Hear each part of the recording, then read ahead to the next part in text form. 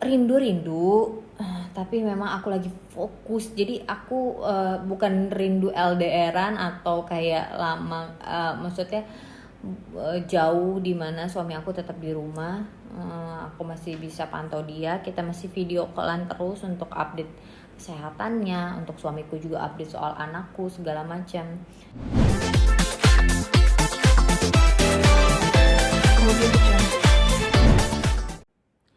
Hai semuanya, aku mau ngucapin terima kasih atas doa-doanya untuk Syakil dan untuk suamiku Roger. Semoga kita semua juga selalu sehat dan tetap jaga kesehatan, terus mengikuti protokol kesehatan juga untuk cuci tangan, jaga jarak, pakai masker. Dan di sini aku mau menjawab pertanyaan-pertanyaan yang sudah ditanyakan. Mau update kondisinya Kak Roger yang positif, bagaimana? Apa masih positif? Apa sudah negatif? Untuk saat ini terakhir kali itu ngecek di tanggal 29 Juni itu masih negatif, tapi alhamdulillah CT-nya sudah tinggi yang seharusnya beberapa hari lagi sudah negatif. Mohon doanya ya buat Roger. Terus kondisi anak pasca sakit gara-gara yang handle anak itu bagaimana? Kondisinya sekarang itu masih sakit, bakterinya juga masih tinggi karena akibat makanan itu. Dan aku mohon doanya semoga segera sembuh. Dari kejadian itu sampai sekarang ada sekitar udah hampir sebulan Syakil sakit. Aku baru ngecek itu ngecek lagi kondisinya itu seperti apa tuh udah 4 hari yang lalu aku baru ngecek lagi, hasilnya baru keluar, ternyata masih ada bakteri dan masih ada jamur. Jadi aku mohon doanya ya, udah hampir sebulan ya, udah sebulan lah. Bagaimana cara Kak Cut membelah diri di saat anak dan suami sakit?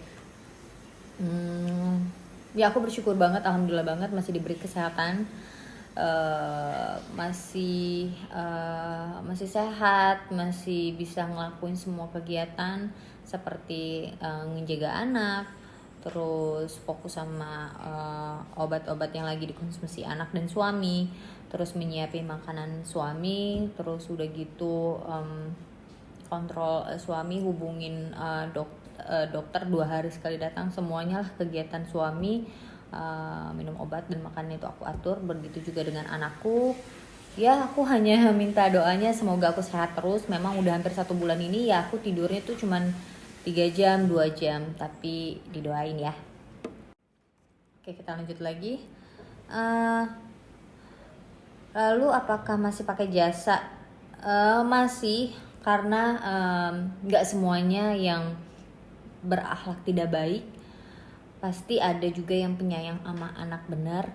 Dan banyak banget di luar sana juga yang berkomentar, kenapa gak ngurus sendiri? Aku pengen sekali ngurus anak sendiri, tapi memang aku harus kerja dan gak bisa resign, gak bisa seperti yang kata kalian, kenapa gak keluar dari kerjaannya untuk fokus ngurus anak segala macam. Gak bisa, karena ini bukan kerjaan kantor, tapi emang pokoknya ini beda banget. Aku nggak bisa jelasin betul. Yang jelas emang aku harus kerja untuk kehidupan aku gitu. Dan suamiku juga bekerja gitu. Jadi kita nggak bisa ngandelin satu sama lain. Misalnya aku ngandelin suami atau suami ngandelin aku gitu, nggak bisa. Jadi kita emang dua-dua harus kerja. Mungkin kalian paham. Dan walaupun kita kerja, bukan berarti kita itu meninggalkan anak 100% sama yang jaga. Boleh tanya di lokasi syuting. Kalau aku syuting, anak selalu aku bawa. Memang aku disediain kamar satu khusus untuk anak aku. Jadi anak aku di kamar itu. Jadi aku selesai take, aku lihat anak gimana segala macam. Waktu itu nyusuin segala macam. Jadi nggak mungkin aku tinggalin begitu saja anak dengan yang ngasuh anakku. Gitu. Dan nggak mungkin juga kita nggak ke toilet gitu kan, untuk ninggalin, pasti adalah ninggalin anak makan, toilet, atau sholat atau apa gitu, pasti ada kita waktu ninggalin anak. Tapi kan kejadian itu kan dalam waktu 1 detik, atau masak itu memang sudah dikontrol sama orang tua aku.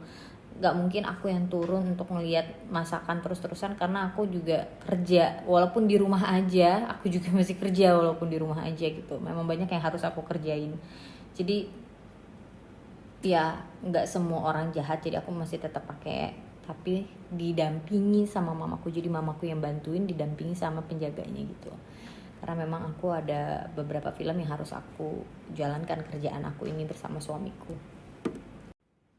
Oke, kita lanjut. Kondisi anak sekarang, jadi 4 hari yang lalu aku baru cek lagi hasil labnya, ya bakterinya masih sangat tinggi, terus ada jamur juga, ya didoain aja semoga cepat sembuhnya. Aku juga nggak tahu kenapa ini lama banget, hampir 1 bulan. Seharusnya antibiotik kelar, sakitnya juga udah oke gitu ya, tapi ini masih, tapi ya nggak apa-apa, mohon doanya. Kak Roger sakit bagaimana Kak Cut menghadapi kenyataan ini? Ya dijalanin sih, mungkin ini ya, cara Allah untuk ngingetin kita gitu, untuk ngingetin kita lebih berhati-hati, atau cara Allah untuk sayang sama kita. Ya apa ya, ya dijalanin aja, berdoa, ya bersyukurnya Roger nggak parah, bersyukurnya Syakil masih ceria. Ya walaupun Syakil sampai sekarang masih nangis terus ya, mungkin karena ngerasa badannya itu nggak oke. Jadi tiap malam tuh tidur susah, sampai aku 1 bulan ini udah tidur 2 jam 3 jam doang. Jadinya didoain aja sih. Jadi aku ngejalanin aja semuanya dengan ikhlas dan lebih fokus sama kesehatan mereka berdua. Jadi lagi serius banget nih sama mereka. Apakah tidak dibawa ke rumah sakit? Ini Rogernya ya. Aku nggak bawa Roger ke rumah sakit karena CT-nya bagus. CT-nya waktu pertama itu cuma 20-an ke atas gitu. Jadi CT-nya oke, dan dia nggak ada ngerasa sesak nafas. Hari pertama isolasi juga dia nggak ada ngerasa sakit, menggigil juga nggak ada. Aku rasa ini aman untuk di rumah, walaupun 2 hari sekali dokter visit datang untuk suntik 2 hari sekali. Abis itu ngelihat keadaannya, dicek semuanya kayaknya aman gitu, sampai sempat dengerin suara paru-parunya alhamdulillah bersih banget katanya. Jadi aku rasa nggak perlu gitu.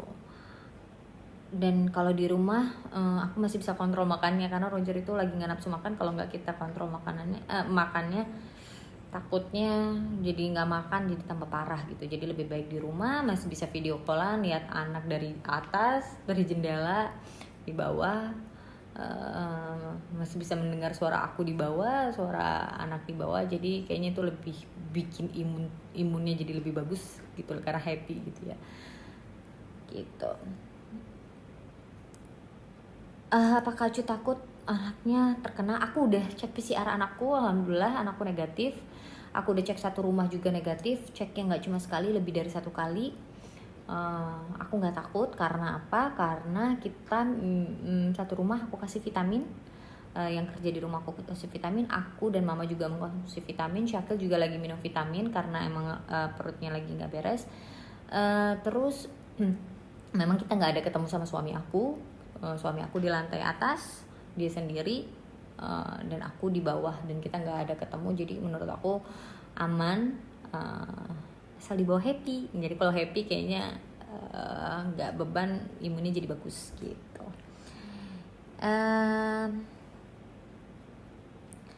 Habis itu supaya tetap jaga kesehatan dan mengurus suami. Oh ya, aku minum vitamin dari 2 minggu yang lalu. Jadi vitamin itu penting apalagi dalam kondisi seperti ini. Jadi aku minum vitamin dari 2 minggu yang lalu. 2 bulan yang lalu aku udah minum vitamin. Roger sayangnya waktu lagi kurang tidur dia nggak minum vitamin. Kalau aku minum vitamin terus, padahal aku udah ngasih. Cuma ada beberapa hari tuh aku lupa ngasih vitamin ke Roger karena waktu itu Syakil lagi sakit. Jadi aku nggak bisa fokus ke Roger juga. Jadi fokus ke 1 waktu itu. Aku minum vitamin terus, udah gitu aku makannya banyak. Roger sempet kayak makan cuma sehari sekali 2 kali. Aku sempet makan banyak, walaupun aku di rumah sakit berat badanku turun sampai 3 kilo, tapi ya aku makannya banyak gitu. jadi kurang tidur, makan banyak, minum vitamin.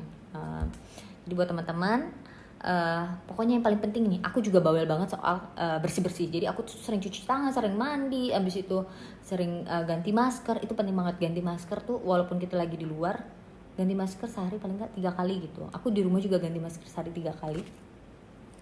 Itu penting banget. Dan cuci tangan, bersih-bersih, minum vitamin. Thank you semuanya. Oke, bagaimana menahan rindu dengan Kak Roger yang harus isolasi? Melihat ini seperti apa ujian dari keluarga dan apa hikmah yang bisa diambil? Rindu-rindu, tapi memang aku lagi fokus. Jadi aku bukan rindu LDRan atau kayak lama, maksudnya jauh dimana suami aku tetap di rumah. Aku masih bisa pantau dia, kita masih video callan terus untuk update kesehatannya, untuk suamiku juga update soal anakku segala macam. Jadi aku rindu tapi aku lagi fokus banget dengan dua ini gitu. Jadi aku lagi fokus banget sama kesehatan anak aku, untuk vitaminnya, makannya, semuanya. Memang agak sibuk banget sih aku. Terus aku juga lagi fokus banget sama suamiku, vitaminnya, semuanya, obatnya, antibiotiknya, makanannya, lagi aku aturin. Jadinya ya tiap harinya itu jadi lupa sama yang lain karena sibuk ngurusin gitu. Jadi ya paling kalau rindu tuh video callan. Kita selalu video callan sih, bahkan kayak dari bangun tidur sampai tidur video callan juga, karena suamiku juga pengen tahu kondisi anak aku kan setiap harinya, dan dia tetap mau ngobrol sama anak aku, mau lihat anak aku perkembangan anak aku. Suamiku mau tahu banget gitu.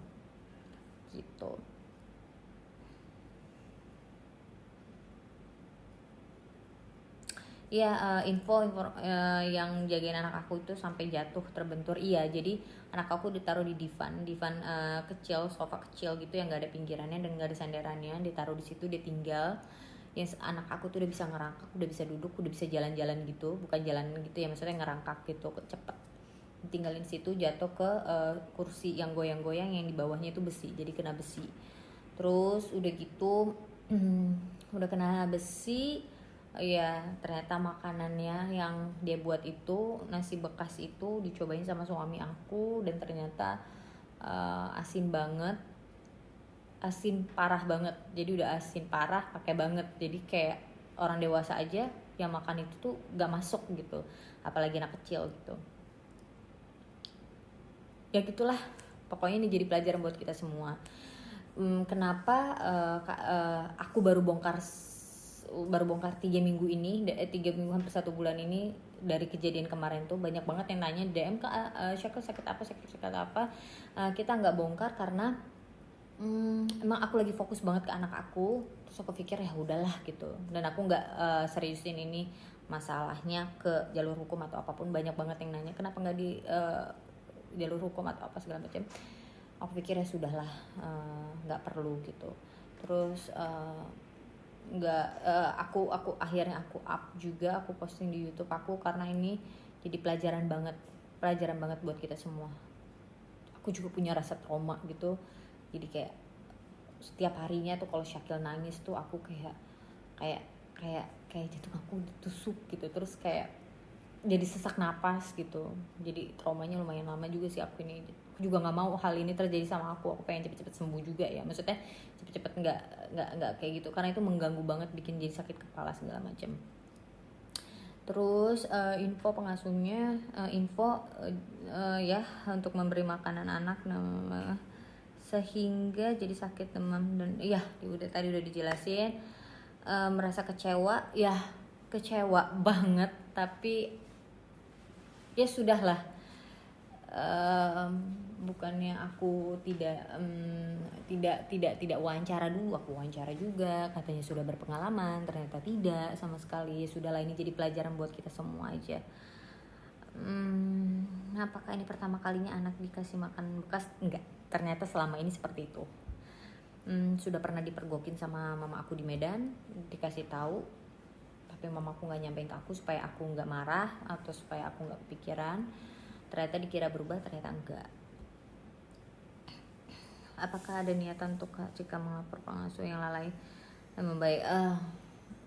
Enggak sih kayaknya ya, mungkin ya nggak tahu lah ya, mungkin dia ada masalah sebelumnya atau apa. Seharusnya kalau juga ada masalah nggak dibawa ke dalam begini ya, maksudnya ke dalam pekerjaannya dia ya, seharusnya bisa profesional ya, karena kan pengasuh gajinya lumayan juga ya, seharusnya profesional. Apalagi zaman sekarang kan nyari kerjaan susah ya, seharusnya pas dapet dijaga dengan baik. Tapi ya semoga ini jadi pelajaran buat dia next lebih hati-hati lagi.